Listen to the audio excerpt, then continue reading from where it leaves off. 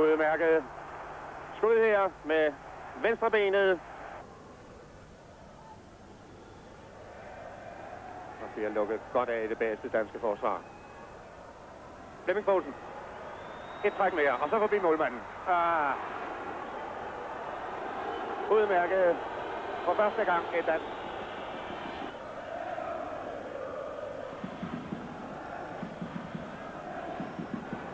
Marcos rykker sig fri af John Helst.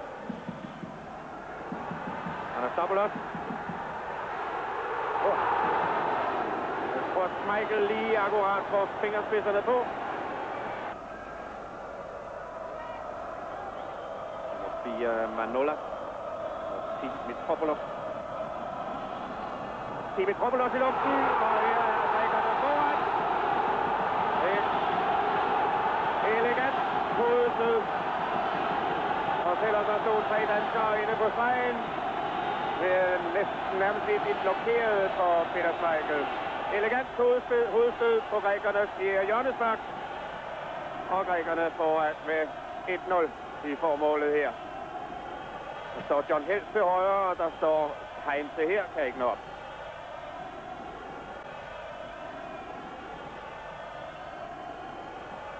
Se hvor højt han kommer i luften.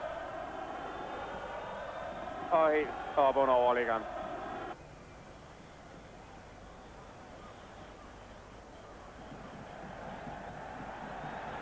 Godt gået af John Jensen her. Ellers havde der været sat herinde på midten. Der kommer Flemming Poulsen og udligner fra Danmark. Et herligt gennembrud i venstre side af John Jensen. Og Flemming Poulsen scorer sit 7. landskampmål. Endnu en gang mod Grækenland, som han gjorde det 2 gange i april måned. Det er nemlig godt set af John Jensen her, der ser flere spillere af offside, frister sig fri af grækernes nummer 4, Manolas, og så Flemming Poulsen. Sikker scoring, 1-1. Herligt tidspunkt her, bare 10 minutter ind i anden halvleg. God, flad aflevering, der kommer Flemming Poulsen stormende, målet fri.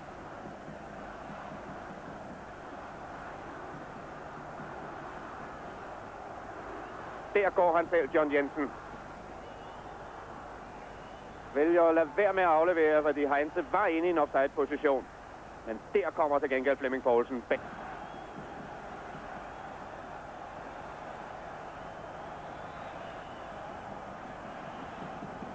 Salavackos sparker. Så sparkede Salavackos. Men nu er vi advaret forhåbentlig.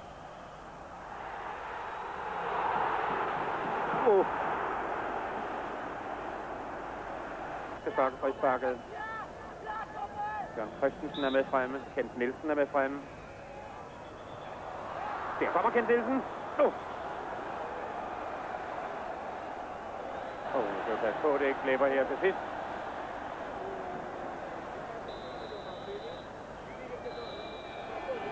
Det gjorde det ikke. Uafgjort 1-1.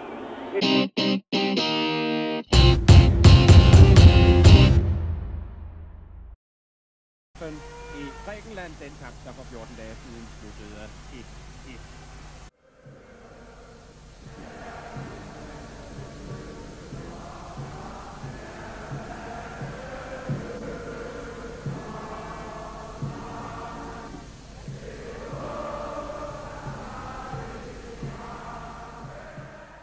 Og for bulgarerne, Stoichkov og Enes. Som fornøjelse og mandsopdække Maradona og kampen i gang. Bulgarien, en af 7 nationer, vi aldrig har besejret. Ingen, der havde samme rolle i Mexico imod Maradona. Flemming Poulsen. Og så læs Lars Elstrup. Lars Elstrup har efter 8 minutter spil fra Danmark foran givet Danmark en ønskestart. Godt aftræk i første omgang af Flemming Poulsen, og så Lars Elstrup låner optakten. Det er en lang indkast fra Bjørn Christensen. Flemming Poulsen kommer i luften, og her får han muligheden af Iliet. Rykker af, halvklaring, og så kommer Elstrup. 1-0 til Danmark efter 8 minutter. Bjørn Christensen i kamp med nummer 11, Stoichkov. Stoichkov. Glimrende redning af Peter Schmeichel.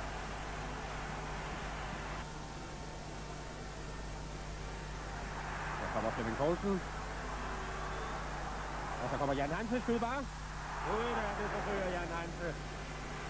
Og stadig har sit første. Og Sosen. Og så skal den komme. Ja, godt set til Michael Laudrup. Og så kommer skuddet fra Laudrup.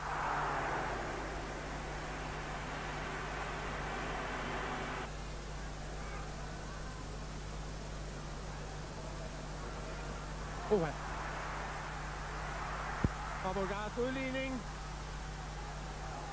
Lynende hurtigt kontraangreb her.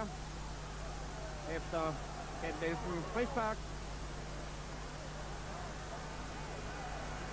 Scorer nummer 8, Satkov, der ligger helt fri herinde på midten. Og ingen chance, selvom han er ånden på.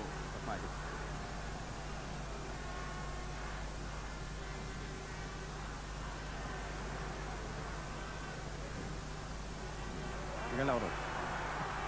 Godt skud af Michael Laudrup. God redning af Varlov.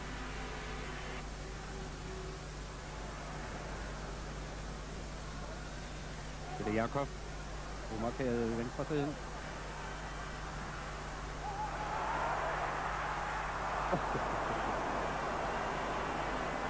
Den havde en ualmindelig stykskroning, den hjemkampen i Frankrig for 4 år siden. Og havde han heller ikke været længe på banen mod Belgien. Ja, det var det. Sivbæk. Denne gang ned til baglinjen. Og så er der fare på færre. Udmærket skud af Laudrup. Reddet på stregen. Og Elia. Jensen. Men netop her ser vi Michael Laudrups skud. Første gang Sivbæk var bagom det bulgarske forsvar. Vi skruede spark med sit venstre ben. 6 danskere inde i straffesparkfeltet. Og den ene af dem er Brylle. Det er kun centimeter, det her drejer sig om, for at Kenneth Brylle.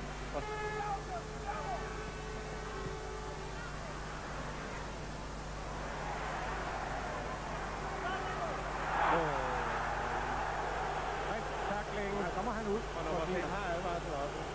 Nummer 6. Så kan vi godt dømme ham ud, den her op for bolden. Hvis der skal være konsekvens i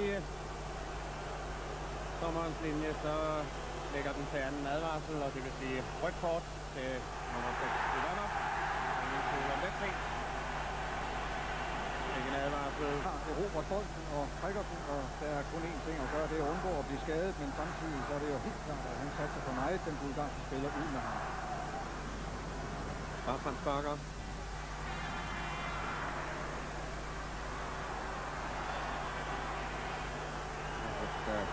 Vi passer på, der ikke bliver tumulter hernede. Flemming Poulsen i et kampolage med et par bulgarer. Elias. Og så er der kun Lars Olsen tilbage sammen med Peter Schmeichel. Men her bliver der fløjtet af, og det vil sige, at der blev ikke den tillægstid, som jeg synes.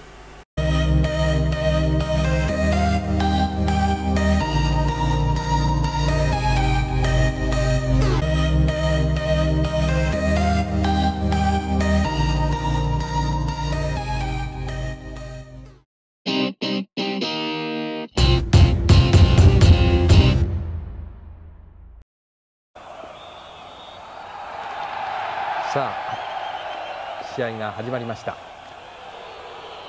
まず地元のブルガリアです。あえてよろしいんでしょうね。ペナルティーエリア近くね。変化させてきた。引っ張っているところがよく見られると思います。この7番がモルテン・オルセンです。ダイレクトでつないできます。そして左サイドからポブルセン。さすがにこれがラウドルップですね。ですから両チーム今早い攻撃中盤ができてるってことは、逆に中盤の守備がですねできてないということも言えますね。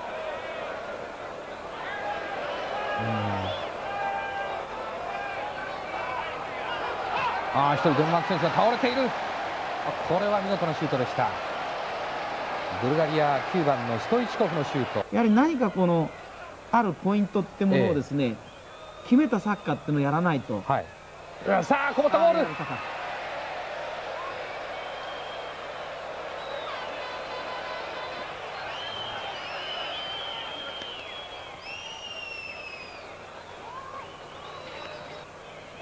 ただこのゲームの中では早く行くためのですね、途中の戦術というのがないから。そうですね。ということは松本さん、リズムを変えるということをどうでしょう。これは行きました。これは見事に行きました。デンマーク1点。先ほど惜しいシュートを外して、これセンタリング上がるでしょ。ところがブルガリアのバックスが3人いるでしょう。Already here the first pass to the outside player was a first class pass. このグループは4チームが所属しておりますので、ホームアンダーウェイで3チームと戦う、結局6試合あります。全てに勝つと勝ち点12ということになりますが、さあキーパー出てました。よく出ました。非常に勇敢にキーパー出てきました。松本さん、クラーマーさんのお話を伺ってると、やっぱり選手の数ですね、局面における、これがやはり相当に大きな意味を持っているようですね。やはりね、打ちました。攻守ともにね、結局フリーキックのですね練習するのに、ゲームの中で空振りシュート。今のはいいシュートですね。いいシュートでした。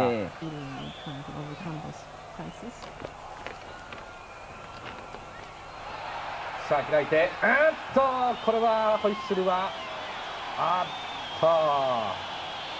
なりません。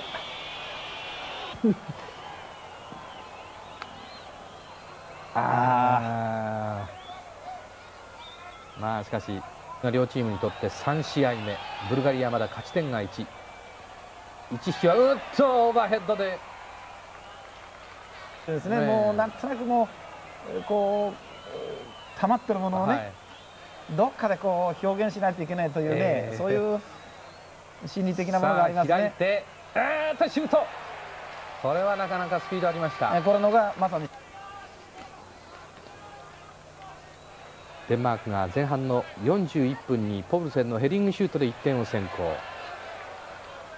パテイラス、フリーになった。決定的な2点目。ラウドルップ弟。ここでね、3人に最初囲まれてましてね、ここですね、かわした。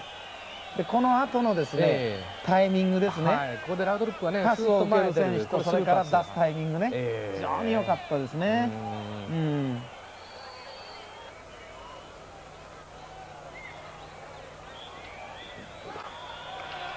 さあこの瞬間、デンマーク2対0ブルガリアを下しました。これで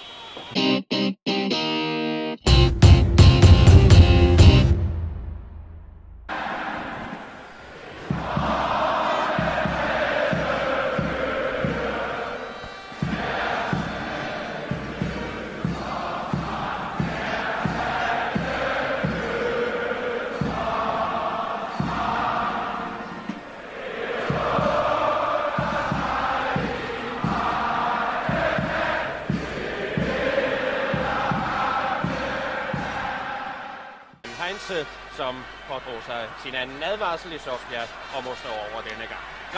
Chancerne har foreløbig udelukkende været til det danske hold. Godt arbejde af Brian Laudrup i defensiven. Godt rykker Flemming Poulsen. Brian er med ham. Kommer der. Og så er den der. Ja, Brian Laudrup! Noget, der lignede en chance, som var væk. Og alligevel havde han også bevægelse nok, den lille 20-årige lillebror Brian. Og efter 25 minutter knapper han op, og han bragte Danmark fortjent i herlig åndsnærværelse af så unge spiller. Det her for øje på bolden. Ser chancen er der. Det er ikke noget perfekt skud, men pyt med det. 1-0 til Danmark. Der er spillet 25 minutter. Og det gode ved det mål, det er jo, bortset fra at vi kommer foran, det er den hurtige reaktion. Brian viser ved, at han tilsyneladende har tabt bolden i taklingen med spillerne, så som de skal.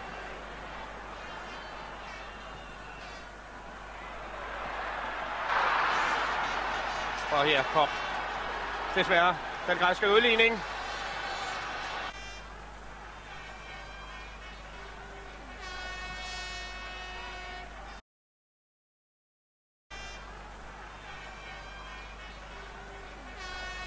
Godt skift af Bartram over til Vilfort. Flemming Poulsen. Og der kom hjælpen, og Jan Bartram har scoret. Det var Brian Michael eller Brian Laudrup, der flyttede sig og skabte plads for Jan Bartrams andet landskampmål, og Danmark igen foran. Måske det vigtigste af de to mål, det her. Det kommer helt rigtigt 2 minutter efter den græske udligning. Ja, nu har vi jo indimellem snakket om Jan Bartrams venstre ben, og det skal vi naturligvis være gevaldigt glade. Bartram skal sparke frisparket. Og Kent Nielsen skal afslutte det. Kent Nielsen fremme og scorer sit andet landskampmål. Det tog næsten 3 år, inden han fordoblede sin målscoring. Frispark på grækerne her. Frispark på Bartrams skude frispark og ramt klokkerent med hovedet ned i det fjerneste målhjørne. Det kan ikke være bedre. Dansk føring 3-1. Og gået fremad Peter Schmeichel. Farligt græsk fremstød, og så, men ikke dømt. Og i stedet afslutter Flemming Poulsen. 4-1. Flemming Poulsen i sin jubilæumskamp nummer 25. Igen på en perfekt aflevering fra... Godt spillet af Flemming Poulsen. Overlapning. Bartram tager den med, og her hænger Flemming Poulsen i luften og hætter den over, hvor målmanden kommer fra. Fast lyder det Michael. Vi vil så gerne have Michael Laudrup i denne en af sine gode landskampe for scoret, men det gjorde i stedet Kim Vilfort. Og hvem tror, de lagde op til det? Gæt en eneste gang. Jan Bartram. Inderskruede hjørnespark gør det egentlig også svært for angriberne, men godt timet her af Kim Vilfort, der dermed så fik taget lidt revanche for den chance. Her i fodboldanalerne og en nærmest terroragtig indsats mod det græske forsvar. Henrik Andersen får scoret! Henrik Andersen får scoret sit første landskampmål. Et fantastisk oplæg fra Michael Laudrup, der lægger an til skud, og grækerne tror, der bliver skudt, og er derfor passiv, da han med en, skal vi kalde det, maskeret. Ja, lidt. Kom back til landsholdet, Henrik Andersen.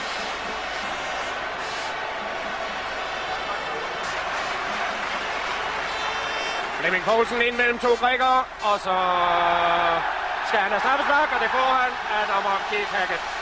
Det er fejet fra bolden, og jeg synes ærligt talt, at Morten Olsen eller Michael Laudrup skal have lov at spille her.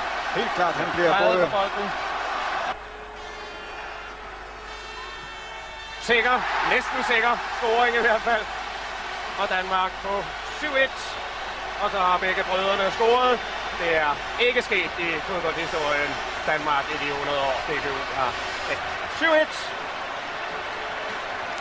Et flot punktum for en super festaften i Københavns Idrætspark. Til denne opvisning her i anden halvleg.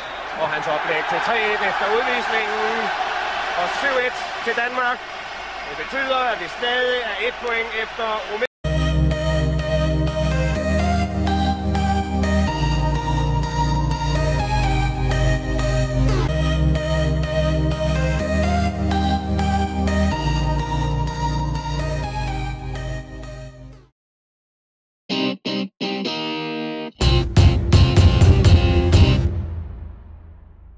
kampes jubilæum i aften, som den 16. spiller i Danmark. Lad os håbe, at den ikke går med nummer 10. Det er et rumænsk hold, fyldt med gode det danske hold. Og Tommy, det kan ikke stille stærkere det her. Det kan det helt afgjort ikke, og lad os håbe, de spiller op. Bartram, der sparker her. Og udstød! Glimrende udstød af Kent Nielsen, der scorer sit 3. landskampmål efter bare næsten 4 minutter til. En perfekt aflevering fra Bartram. Ønskestart for det danske hold. Dene sætter det. Bartrams følte aflevering ind over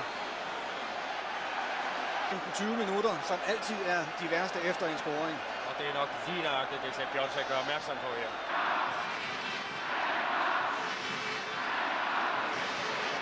Rumænsk kombinationsspil her.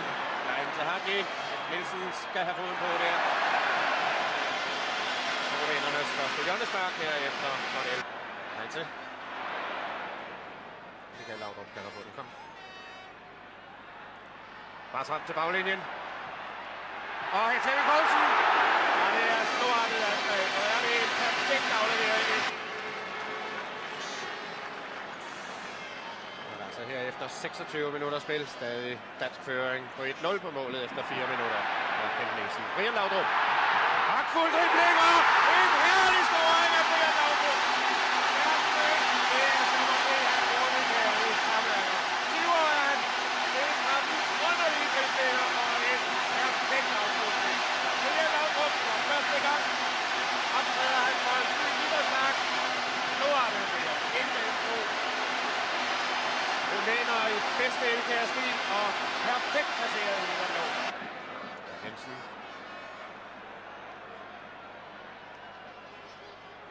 Henrik Poulsen får vastet sig fri af 2 rumænere. Og lige forbi tæerne af Jan Bartram, der var søgt ind. Så måske har været lidt bange for at sætte ham på opgaven. John Jensen har en advarsel. Hadji. Heinze, der er i benene på ham.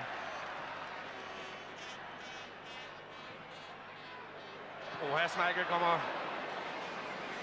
forkert på den bold. Men netop fordi de spiller snævert, har de jo også. Der er noget af det rigtige. Ud på fløjen med det. Henrik Poulsen. Og Solsen med inde på midten. Det er Bartram.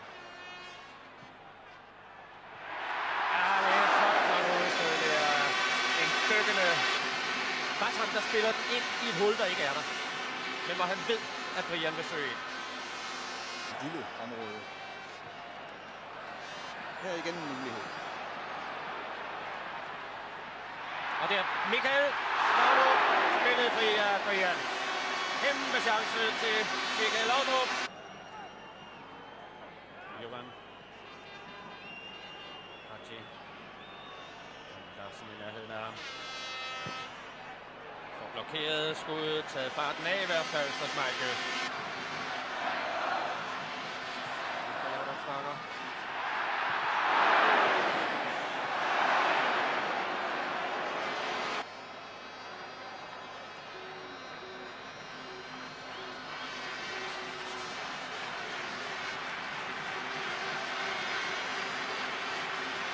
Dejlig indenomstikning fra Michael Laudrup til Heinze. Og Flemming Poulsen. Perfekt scoring den der. Nej, endelig lynede Michael Laudrup med en genial indenomsaflevering til Heinze. Godt konstaterer, at landskampsejeren over 50 er i hus. Det er helt og aldeles snydt, så det basker det rumænske forsvar. Flad aflevering fra Heinze i stedet for en af de høje, der ikke er noget mere. Og Flemming Poulsen på plet. Sagtens kurer ind i den bold der, og så skrabe den udenom mål.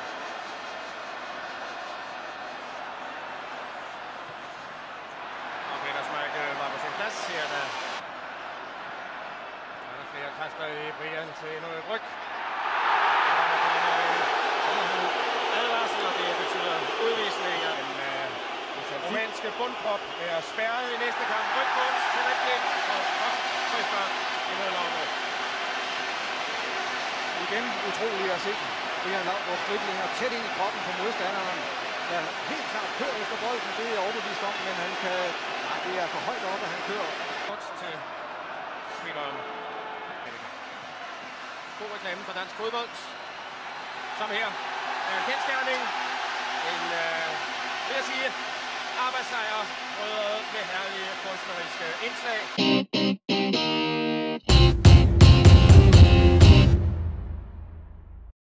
Mai. Atmosphäre, begeisterte Unterstützung war gefragt. Schon bald zu erkennen, Dänemark ließ sich überhaupt nicht beeindrucken. Nielsen und Rumäniens Kapitän und Torwart Lung vereitelte nach 4 Minuten die erste dicke Chance der Mannen und Trainer Sepp. Locker und gekonnt in der Fremde. Brian Lautrup, der Uerdinger, erst gemächlich, dann ein kurzer, trockener Antritt vorbei an den verblüfften Rumänen, genau auf Flemming Paulsen, den Ex-Kölner, und fertig war das 1:0 für Dänemark nach 6 Spielminuten. Nochmals das wunderbare Solo von Lautrup, 20 Jahre alt, kurze Ballführung, kleine, schnelle Schritte, der Blick auf Paulsen, der Rest reine Formsache. Dänemark wirkte souverän in den ersten 20 Minuten, abgeklärt, technisch versiert, clever. Rumänien dagegen nervös und bieder. Georgi Hagi, Lakatus gegen Nielsen, Baalint plötzlich frei, der überraschende Ausgleich nach 25 Minuten. Die Wiederholung. Schauen Sie mal, wie viele Dänen um Baalint tatenlos herumstehen. Es waren deren 4. Plötzlich nach diesem 1:1 kippte das Spiel. Das Selbstvertrauen der Gastgeber wuchs in Windeseile. Nun trauten sich auch die Verteidiger mit nach vorne. Petrescu und sein Kollege Lakatus, ungehalten, schimpft den Unglücklichen. Von Dänisch Dynamite nichts mehr zu spüren, nur noch mit dem Rücken zur Wand. Wieder Petrescu. Schmeichel wirft sich ihm zu Füßen. Sabau bekommt den Ball vor die selbigen, das 2:1. Rumänien zum ersten Mal in Italien. Und der da unten ist der Torschütze. Nochmals der für die Dänen etwas unglückliche Verlauf. Ein Dissal-Dusel war auch dabei, aber auch verdient nach 38 Minuten. Freistoß. Iovan zum zweiten. Linker Fuß, linker Pfosten. 3 Minuten vor der Pause. Rumänien drückend überlegen. Georgi Hagi, Fußballer der Jahre 85 und 87. Maradona der Karpaten nennen sie ihn. Lakatus, raffiniert. Aber Olsen hatte aufgepasst nach 49 Minuten. Dänemark würde ja ein Unentschieden genügen. Die Rumänen reklamieren Abseits, war es aber nicht. Paulsen, die Riesenchance, 53. Minute. Aber nicht die Dänen bestimmten das Spielgeschehen, sondern die Rumänen. Rotario, lässig die Abwehr. Baalint knickt um und Sabau, der Nutznießer, zum 3:1 nach 61 Minuten. War klar, Dänemark musste Wales die Daumen drücken. Nochmals die Zeitlupe, das Unglück von Baalint zum Glück für Rumänien. Schiedsrichter Julio Lagnese greift sich den Ball, der Griff nach den Sternen. Für Rumänien wurde er zur Wirklichkeit. Unbeschreiblicher Jubel bei den Gastgebern, die nun zum 2. Mal nach dem Zweiten Weltkrieg bei einer Fußball-Weltmeisterschaft